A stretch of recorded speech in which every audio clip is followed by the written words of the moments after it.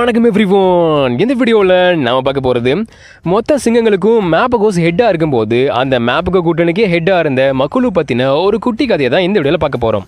மக்குலு கூட்டணியில் எந்த அளவுக்கான முக்கிய ரோல் பண்ணிச்சு அப்படின்ட்டும் அதோட மற்ற பிரதர்ஸான ட்ரெட்லாக், ரஸ்தா, பிரிட்டிபாய் பற்றியும் பார்க்க போகிறோம். வாங்க வீடியோக்குள்ளே போகலாம்.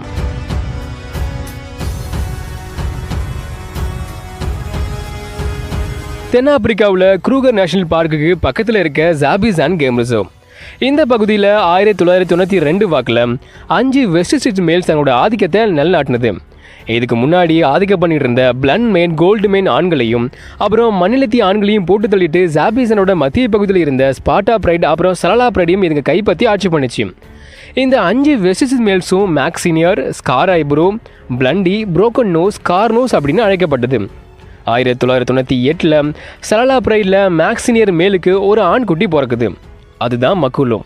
2000வது வருஷத்தில் வெஸ்ட் ஸ்ட்ரீட் மேல்ஸோட எண்ணிக்கையும் வலிமையும் குறைஞ்சி போச்சு. வெறும் 2 மேல்ஸ் தான் எஞ்சிருந்தது. ஸோ அந்த டைமில் ஸ்பிட்ராக் மேல்ஸால் சலலா பிரைட் அச்சுறுத்தலுக்கு உள்ளானது. அதாவது அதுங்க எப்போனாலும் சலலா பிரைடை கைப்பற்றலாங்கிற மாதிரி இருந்தது. ஸோ இளம் ஆண்குட்டியாக இருந்த மக்குலு சலலா பிரைட்லேருந்து வெளியேறி தான் அப்பாக்களோட இன்னொரு பிரைடான ஸ்பாட்டா பிரைடில் சேர்ந்துக்குது. 2000வது வருஷத்தில் ஸ்பாட்டா பிரைடில் இருந்த 16 மாத வயசான ஒரு ஆண்குட்டி காணாமல் போயிடுது. இந்த ஆண்குட்டியை ரீப்ளேஸ் பண்ணுற விதமாக ஜூலை மாதம் மக்குலு வந்து சேர்ந்ததால் அது ஈஸியாக ஸ்பாட்டா பிரைடில் சேர்த்துக்கப்படுது. இருந்தாலும் ஸ்டார்டிங்கில் கூட்டத்தால் தள்ளி வைக்கப்பட்டு புறக்கணிக்கப்பட்டது. ஆனால் போக போக ஸ்பாட்டா பிரைடோட ஒரு அங்கமாக மாறிச்சு. அதுக்கு முக்கிய காரணம் வேட்டையாடுறதுல முக்கிய ரோல் பண்ணிச்சு. தான் 2 அப்பாக்களுக்கும் வயசானதால் அவங்களுக்கு துணையாக அவங்க கூட கூட்டு சேர்ந்து ஸ்பாட்டா பிரைடை பாதுகாத்துது. இதனால் ஸ்பாட்டா பிரைடோட முக்கிய அங்கமாக மக்குலு மாறிச்சு. ஸ்பாட்டா பிரைடில் 2001, 2002 பிறந்த தான் 5 யங்கர் பிரதர்ஸுக்கும் மூத்த சகோதரனாக மாறிச்சு. 2002 2004 வரை தான் அப்பாக்கள் கூடயும் தான் தம்பிங்க கூடயும் சேர்ந்து பிரைடை கட்டி காப்பாற்றினது. 2003 கடைசியில் தான் அப்பா புரோக்கன் நோஸ் கூட சேர்ந்து மக்குலுவும் பிரிட்டிபாயும் ரஸ்தாவும் ஸ்பாட்டா பிரைடோட டெரிட்டரியை பாதுகாக்கிற இந்த ஃபோட்டோ மக்குலு தான் அப்பாவுக்கு எந்த அளவுக்கு உதவி பண்ணியிருக்குங்கிறத நமக்கு புரிய வைக்கும். 2004வது வருஷம் வெஸ்ட் ஸ்ட்ரீட் மேல்ஸ் கூட்டணியோட கடைசி ஆண்சிங்கம் இறந்து போக ஸ்பிட்ராக் மேல்ஸ், ரோலர் கோஸ்டர் மேல்ஸ் அப்படின்னு ஸ்பாட்டா பிரைடை சுற்றி அச்சுறுத்தல் அதிகமானதால் மக்குலு 2004 தான் 5 தம்பிகளை கூட்டிகிட்டு பிரைடை விட்டு வெளியேறிடுது. 6 ஆண்சிங்களோட இந்த கூட்டணி மேப்பகோஸ் அப்படின்னு அழைக்கப்பட்டது. தான் தம்பிகளுக்கு பாதுகாவலாகவும் கற்றுக் கொடுக்குற ஆசிரியராகவும் இருந்த அது மேப்பகோ கூட்டணியோட தலைவனாகவும் மாறினது. மேப்பகோ கூட்டணியோட மூத்த சிங்கமாகவும் ரொம்ப பெருசாகவும் இருந்ததால் ஆப்பிரிக்கன் லாங்குவேஜில் மிகப்பெரிய அப்படின்னு பொருள் வர்ற மக்குலுங்கிற பேர் வைக்கப்பட்டது. லேக்காங்கிற இன்னொரு பேரும் இதுக்கு வைக்கப்பட்டது. இந்த பேருக்கு லயன் கிங்னு பொருள் வரும்.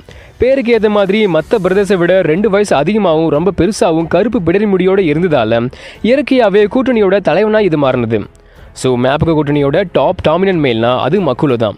ஒரு தளபதி மாதிரி செயல்பட்டு தான் அப்பாக்கள் அவங்களோட டெரிட்டரியை அதிக காலம் வச்சுக்க ஹெல்ப் பண்ண மக்குலு இப்போது தான் 5 யங்கர் பிரதர்ஸையும் வழிநடத்தி தலைவனாக மாறினது. மாசாய் மாராவுக்கு நாட்சி எப்படியோ அதே மாதிரி ஜாபிசாண்டுக்கு மக்குலு இருந்தது. 2004 பிரைடை விட்டு வெளியே வந்த மேப்பகோஸ் 2005 அதுங்க கைப்பற்றின ஃபர்ஸ்ட் டெரிட்டரியில் இருந்து மொத்த ஜாபிசாண்டையும் கைப்பற்ற வர அதுங்களோட மிஷன் நிற்கவே இல்லை. 100க்கும் அதிகமான சிங்கங்களை கொண்டு ஜாபிசானில் 70,000 ஹெக்டர் அளவுக்கான பரப்பளவை கைப்பற்றினது. இதுக்கு முக்கிய காரணம் மக்குலோட தலைமைன்னு சொன்னால் அதில் துளி கூட சந்தேகம் வேணாம். அதுதான் உண்மை. எப்பவுமே தான் பிரதர்ஸ் கூட சேர்ந்து போகாமல் சில சண்டைகளில் மக்குலு தனியாகவே ஈடுபட்டிருக்கு. அப்படி தான் 2005க்கு நடுவில் மேப்பகோஸ் ஒத்தாவா பிரைடையும் சாண்ட்ரவர் பிரைடையும் டேக் ஓவர் பண்ண கிளம்புனது. இதுங்க வரதை தெரிஞ்சுக்கிட்ட 2 பிரைடோட தலைமை ஆனான நலோங்கிலேனி அங்கிருந்து தப்பிச்சு ஓடுது. ஆனால் அதோட வாசனையை பிடிச்ச மக்குலு தான் பிரதர்ஸ் கிட்டேருந்து தனியாக பிரிஞ்சு அதை தேடுது. நலாங்கிலேனியை ஃபாலோ பண்ண மக்குலு அதை ஒத்தைக்கு ஒத்த சண்டை போட சவால் விட்டது. தைரியமான நலாங்கிலேனியும் பின்வாங்கலை. மக்குலு தனியாக தான் இருக்குது அப்படின்ட்டு அது கூட சண்டைக்கு போனது. ஜாபிசாண்டியை அதிர வைக்கிற ஒரு பெரிய சண்டை நடந்தது. சண்டையில் மக்குலு வெற்றி பெறுது. நலாங்கிலேனி அங்கிருந்து பின்வாங்கிடுது. சண்டைக்கு அப்புறம் மக்குலோட உடம்புல ஃப்ரெஷ்ஷான நகைக்கீரல்களும் வாய் ஃபுல்லாக ரத்தமாகவும் இருந்தது. அதே நேரத்தில் நலாங்கிலேனி மோசமாக தாக்கப்படுந்தது. ரொம்ப வீக்காக வீங்கின முகத்தோடு காணப்பட்டது. மக்குலுவோட கோரப்பல்லு அதோட கன்னத்தில் பதிஞ்சிருந்தது. இந்த சண்டையில் தான் மக்குலுவோட கீழ் கோரப்பல்லு உடஞ்சி போனது. சண்டைக்கு அப்புறம் நலாங்கிலேனி அங்கிருந்து காணாமல் போயிடுச்சு. இந்த மாதிரி 2007 ரேவன் கோட்டுங்கிற ஆண் சிங்கத்தையும் 2012 லிம்பருங்கிற ஆண் சிங்கத்தையும் ஒத்தைக்கு ஒத்த சண்டைக்கு சவால் விட்டது. ஆனால் அதுங்க ஆளவிடுற சாமின்னு ஓடிடுச்சு. இந்த மாதிரி மக்குலு எப்பவுமே எதிரியை விட ஒரு படி மேலே தான் இருக்கும். ஒரு புத்திசாலி சிங்கமாகவும் போர்க்காலத்தில் ஒரு சிறந்த தலைவனாகவும் போராளியாகவும் செயல்படும். நான் முன்னாடி சொன்ன மாதிரி மக்குலு மேபகோஸ் கூட்டணியோட தலைவனாக ஆகிறதுக்கு முன்னாடி 2002 2004 வரை தான் அப்பாக்களோட கூட்டணியில் ஒரு பகுதியாக இருந்தது. இந்த டைமில் மட்டும் இது 10 ஆண் சிங்கங்களை தோற்கடிச்சிருக்கு.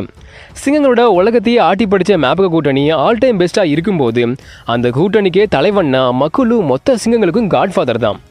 ஒரு டைம் ஒரு 30 ஹைனாஸ் எருமை மட்டும் சடலத்தை சாப்பிட்டு இருந்தது. பக்கத்துலேயே ஒரு யானை கூட்டம் இதுங்க சாப்பிட்றத வேடிக்கை பார்த்து இருந்தது.